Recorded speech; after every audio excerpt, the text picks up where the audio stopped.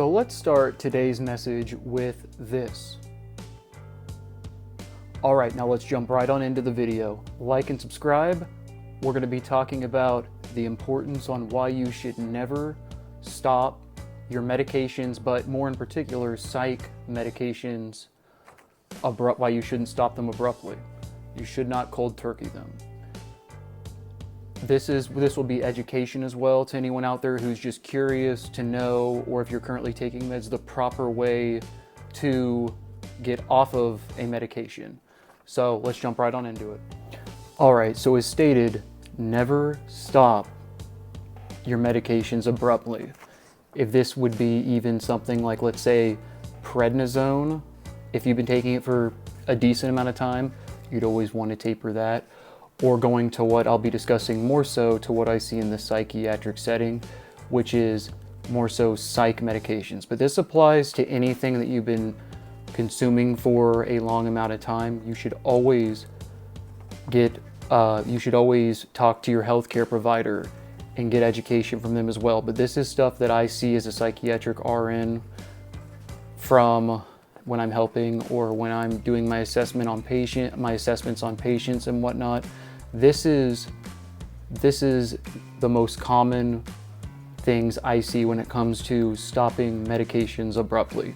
So for example, let's just say somebody was taking, first off, a benzo, okay? A benzo, or they'd been drinking for extended amounts of time. So either one of these examples, for example, if you stop that abruptly, you have a higher chance of developing, for example, a life-threatening event, which could be seizures.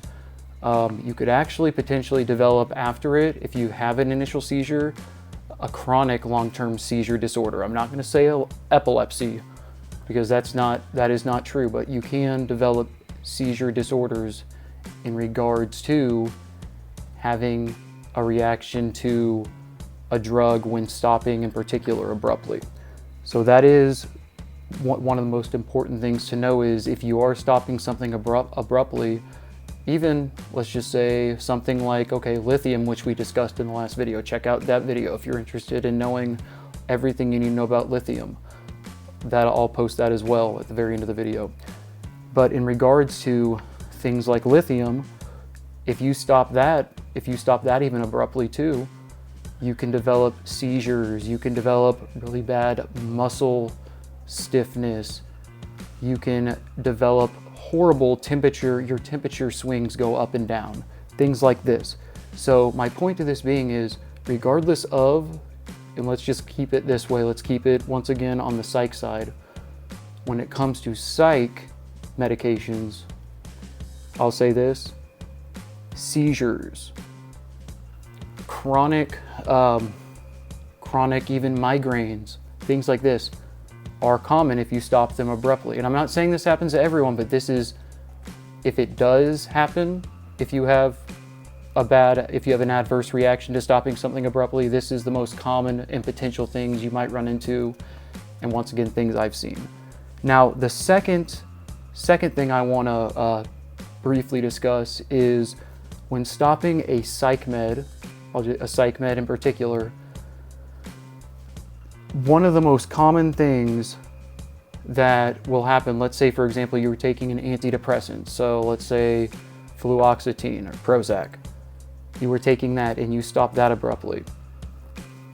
You have a chance of developing, for example, rebound thoughts of wanting to hurt yourself. Your anxiety and depression skyrockets. So let's say you're taking, because there's people, Prozac is also prescribed not just for depression, but also anxiety.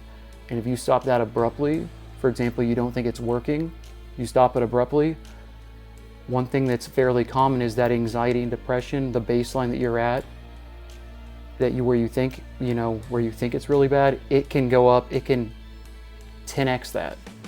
So your anxiety and depression can be 10 times as worse if you stop the medication abruptly. That's the second thing I wanted to talk about briefly, because that's something across the board with any medication you take long term. There are always going to be the psychological cravings of if you've been taking something and the original intent on why you were taking something as well. Were you taking it for anxiety or depression? Were you taking it for bipolar disorder, depression, etc., etc.? So that, once again, that's number 2. Now, number 3, this is kind of important. Well, actually, very important. I will say this: if you stop something abruptly and you've been taking it for a while, flu-like symptoms will be very common. Not fairly, they're very common. In fact, if you are to stop something abruptly, a medication, or even sometimes, I'll say this, even when you taper, but when you're tapering off or talking, or let's say that's what your healthcare provider is wanting you to do. When you're tapering off, the biggest thing is eliminating a life-threatening event, in my opinion. Not even in mine, but just in general. I mean, with alcohol, for example, as we talked about, seizures, and with a lot of medications, seizures, you have a higher chance of potentially having something like this if you have a family history, or it can be something new that comes onto you. So, very important. But the flu-like symptoms, as we jump back to the original point, flu-like symptoms is number 3, are some of the most common for any medication you stop, if you were to stop abruptly. And if you do even taper off, you still might have some of these, and what I mean by flu-like symptoms, runny nose, and this is the physical side, not the mental with the anxiety and depression, but more the physical. Tiredness, your eyes will feel very, very heavy, very heavy. You'll feel tired but not be able to get adequate sleep.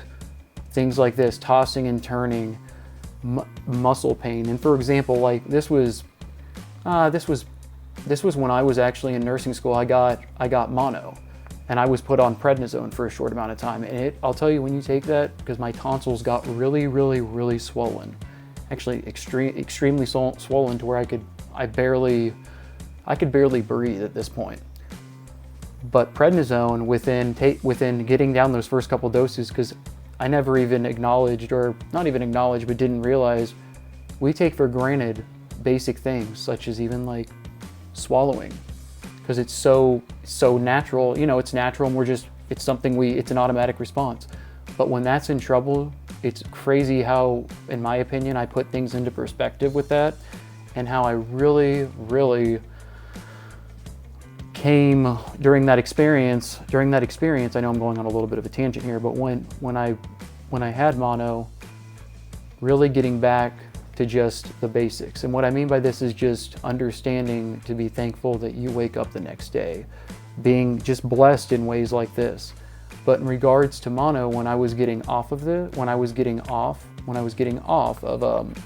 prednisone, even when I tapered off of it, I still felt very, very sick. And once again, prednisone, what it does is it reduces that inflammation, that inflammatory response. So my tonsils were swollen, you take it, what does it do? Reduces inflammation to where I can. Within 2 to 3 days, it was great. And I actually started exercising again, which I probably shouldn't have, but I was. And once I was off of it, I actually had some flu-like symptoms, I felt like, again, because it helped so much. You just feel like you can get so much done. So anticipation, flu-like symptoms, water, Gatorade, Powerade, bland foods, that's what can really help combat that. I've got videos on that on that as well, if you're interested in that, and how to help with, and just how to combat flu-like symptoms. And I will do a video on this in the future as well. I will do a video about how to really combat and really just help manage flu-like symptoms if stopping a medication or a psych med abruptly. Now, finally, the 4th thing. With psych medications, let's go with SSRIs, SSNRIs, anxiety medications from Benzos to, let's even go, pain medications. If these medications, and now pain meds, I know they're on the physical side, but also, a lot of times I've seen, I work in the detox setting, things such as hydrocodone, oxycodone, people do abuse them, and a lot of times with fentanyl as well. But my whole point to that is when stopping these abruptly, And if you're not getting the adequate treatment with it, there is an increased risk of suicidal thoughts.